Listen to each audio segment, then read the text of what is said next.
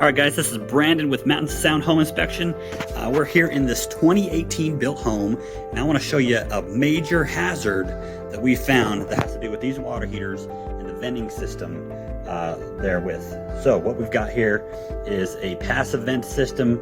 Basically, this allows the fumes from the exhaust here to flow upwards and out, and really we want to have a better upward pitch first of all.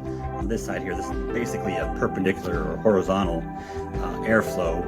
We really want that to flow upward a little bit at least. But really where the main issue comes in is this guy here.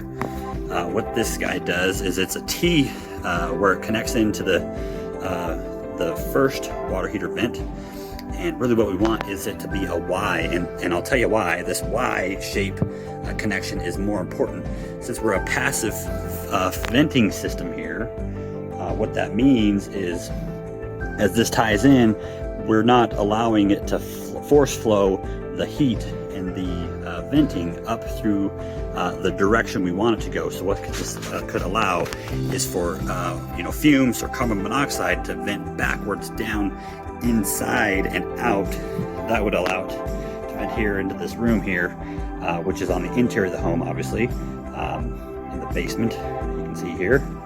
And that could be a hazard for the occupants down here. So definitely something that we'll point out. And really the main point here is, with this home only being 4 or 5 years old, first of all, the installer on this machine here did not do it properly, first of all, and nor did the city or county inspector identify this during their final inspection or walkthrough. So definitely something we'll point out as a hazard and recommend a repair as soon as possible, really, so they can move in here without having any concerns with that.